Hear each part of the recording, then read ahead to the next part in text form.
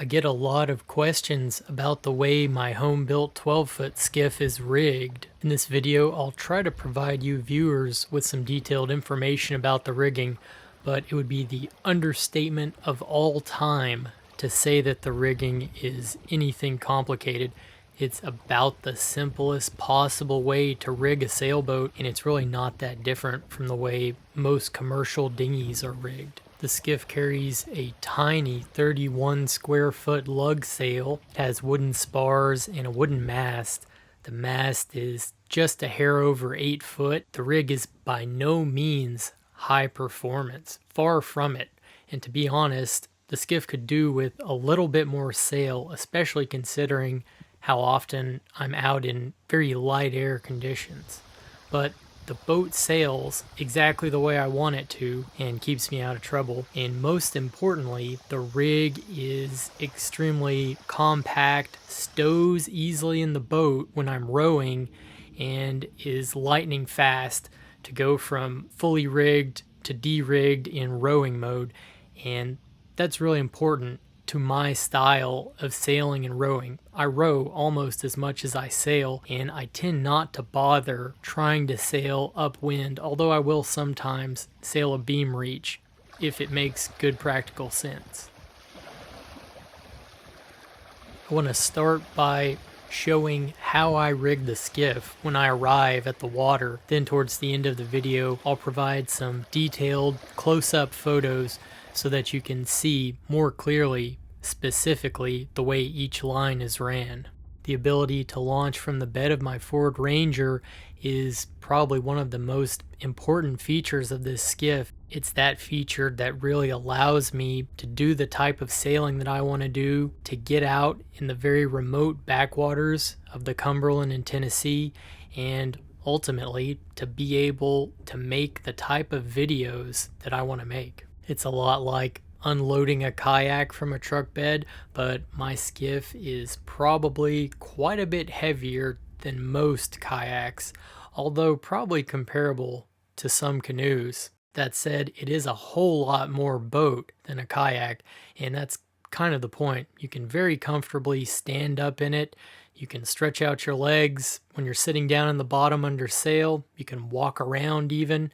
It's a lot more stable than a canoe or kayak and can carry quite a bit more gear.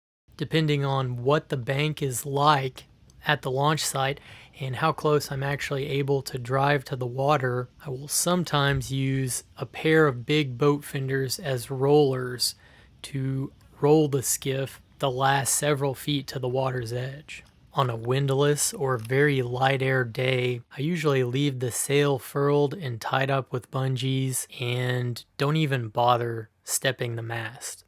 If conditions are right to sail, then the first step in rigging the skiff is stepping the mast. And it's about as simple as it gets. Pick up the mast, drop it through the partner, and down into the step, both of which are circular.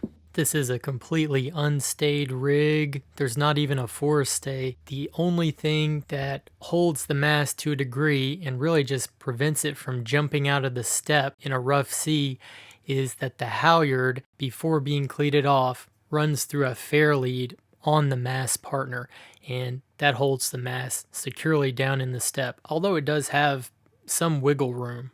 I've fitted a simple leather collar where the mast passes through the partner, and that helps to take some of the wiggle room out. I've realized that you don't want too tight of a fit because if you're using leather is very susceptible to expanding with moisture, and if it gets soaked, you may actually get your mast stuck in the partner, or you may not be able to step it at all. Only very occasionally will I actually be able to set out from the bank under sail. Usually I end up having to row at least a short distance before getting out to good wind and getting canvas up in the air.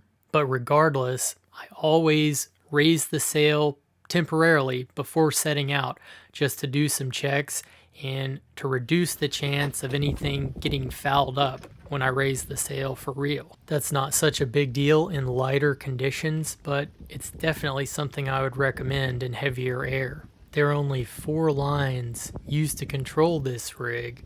a halyard, a main sheet, an outhaul, and a downhaul. The halyard is used to hoist the sail and spars up the mast and holds them up. The main sheet controls the pressure of the wind on the sail, and the downhaul and the outhaul allow for some rudimentary tuning of sail shape and performance. Not something that I'm particularly skilled at, but I know enough to put extra draft in light air and to flatten the sail out in heavier air. The halyard is secured to an eye on the yard with, would you believe it, a halyard hitch. And then it runs up through a block on the masthead and down through a fairlead on the mast partner, which, as I mentioned, actually holds the mast down in its step, and then it runs back to the centerboard trunk where it's cleated off. I like having the halyard cleat close at hand so I can drop the sail in a hurry in an emergency. The main sheet rigging is really nothing special. It's similar to most small dinghies, even production dinghies. Beginning in the stern, the halyard is secured to an eye snap that can slide freely on a simple rope traveler in the stern sheets. Then it runs up to the end of the boom through a block, along the boom to another block more at the middle of the boom. Then it drops down to the centerboard trunk and runs through one final block and then directly to the skipper's hand. The sheet itself is 1/4 inch DWX raid braid, which is just a polyester line, and I actually tend to leave the main sheet fully rigged all the time, even when I pull the mast down. The downhaul I've been running is very weird, I am aware of that, and many would say rigged incorrectly, but you know what, the boat sails just like I want it to, so I don't have a lot of incentive to really mess with this because I haven't had any problems with it, as bizarre as it is. The angle of the downhaul from the front of the boom to the cleat is not ideal, to say the least, but it's serving two purposes here. The downhaul line is actually securing the sail to the end of the boom and tying the boom down to the cleat, holding tension between the halyard and the downhaul. I tend not to adjust the downhaul very much at all. In fact, really the only thing I use it for in terms of adjustment is adjusting the height of the sail on the mast. In heavy air, it's a good idea to lower the sail down towards the boat in order to achieve a lower center of effort and a lower center of gravity. In light air, it can be beneficial to raise the sail way up there in hopes of catching a little bit more wind, because the wind tends to be higher up over the surface of the water. But with an 8-foot mast, I don't know how much that really matters. The outhaul is very basic.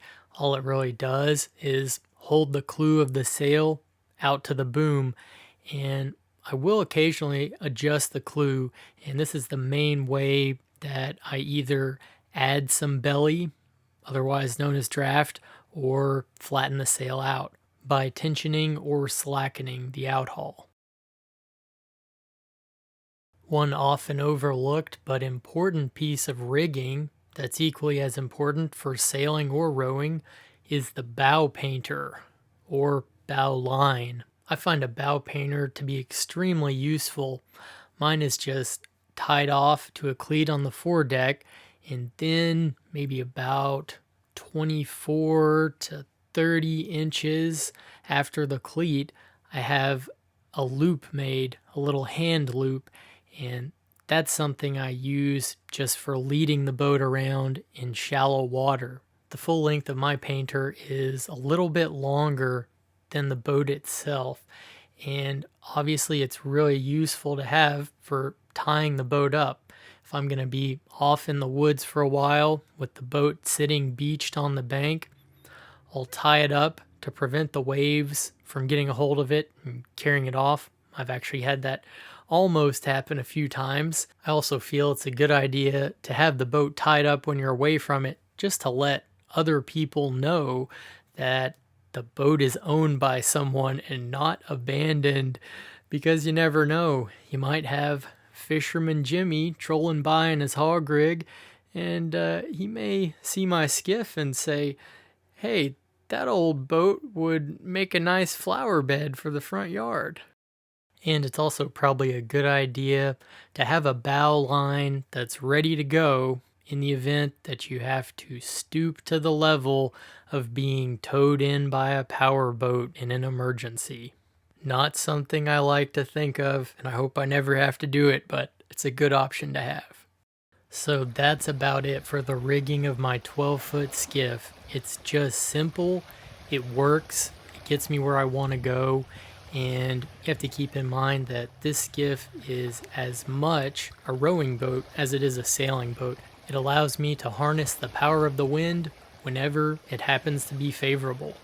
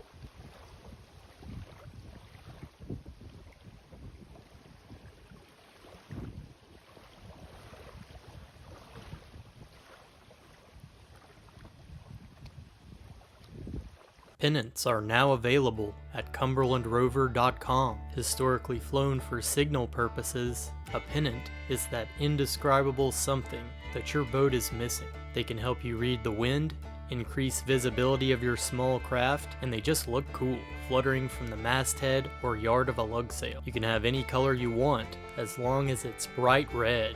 I have 2 styles of pennant now available at cumberlandrover.com.